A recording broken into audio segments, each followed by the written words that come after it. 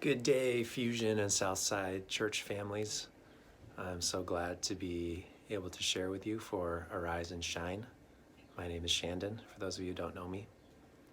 And I hope you're all doing well, staying healthy and safe, and being blessed by the peace of Holy Spirit today. I'm going to read a short passage from the book of Matthew chapter 11, starting at verse 2. Matthew 11, 2 through 6. And when John, that's John the Baptist, when John had heard in prison about the works of Christ, he sent two of his disciples and said to Jesus, "Are you the coming one, or do we look for another?" Jesus answered and said to them, "Go and tell John the things which you hear and see. The blind see, and the lame walk. The lepers are cleansed, and the deaf hear. The dead are raised up, and the poor have the gospel preached to them. And blessed is he who is not offended because of me." I've meditated on this passage a lot, and I've heard good teachings on it, and it's been speaking to my heart during this time of trials with people being sick, and it's a time when the darkness of the world seems more present, more visible than other times in our lives. And I'm reminded of John the Baptist because I think we have a lot in common with him. He was in prison.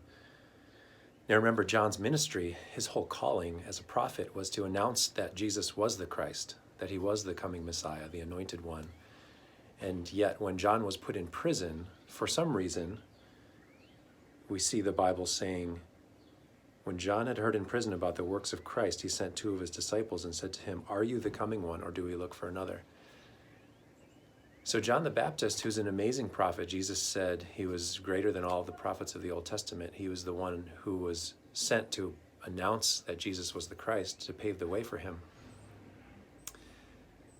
Somehow when John was in prison, it seems like he began to doubt, or at least to ask questions. He sent his disciples to ask Jesus, "Are you really the coming one?" And so I think we can identify with John because something about him being in the prison cell made him start to question and doubt. And Jesus wasn't upset about it. He wasn't disappointed. He didn't send back his disciples to say, "What's the matter with you, John?"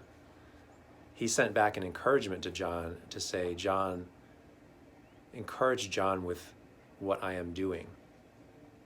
Because even though John's in prison and he's about to go to his death, I think Jesus was grieving that, and we see elsewhere that he did grieve that. But he also wanted to encourage John by saying, "Tell John what I am doing. The blind see and the lame walk, the lepers are cleansed and the deaf hear. The dead are raised and the poor have the gospel preached to them." So I think for many of us, we're in a similar situation at different times in our lives, maybe now during the coronavirus, but also at other times when we lose loved ones or we face struggle and trial. We're in a situation like John was in when he was in prison. And I think that didn't meet John's expectations. He thought when Jesus came, he was going to set all the prisoners free. And so John being in prison didn't fit with his expectations of what the Messiah was going to do.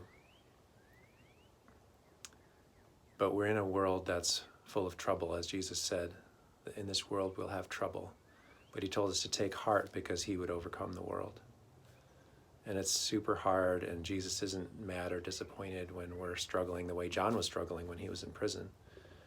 But he wants to encourage us by saying, "Look at what I am doing." There's darkness all around, there's suffering all around, there's prison walls all around. But he still wants to encourage us by saying, "Look at what I am doing. This is a sign, this is a light of hope that's coming. It's a sign that I have overcome and I will overcome all the darkness that's in the world." So I hope that's encouraging to you. I think there are signs even right now that we can look at and see what God is doing. Some of the things that God's been highlighting to me are people staying at home, finding more time with their families, finding more time to rest. This reminds me of the biblical concept of Sabbath. Even some of the things that the government is doing, like offering loans with forgiveness and setting prisoners free from jails to increase social distancing, that reminds me of the biblical concept of Jubilee. So I've been encouraged by that. And also I want to encourage you that your prayers are being effective.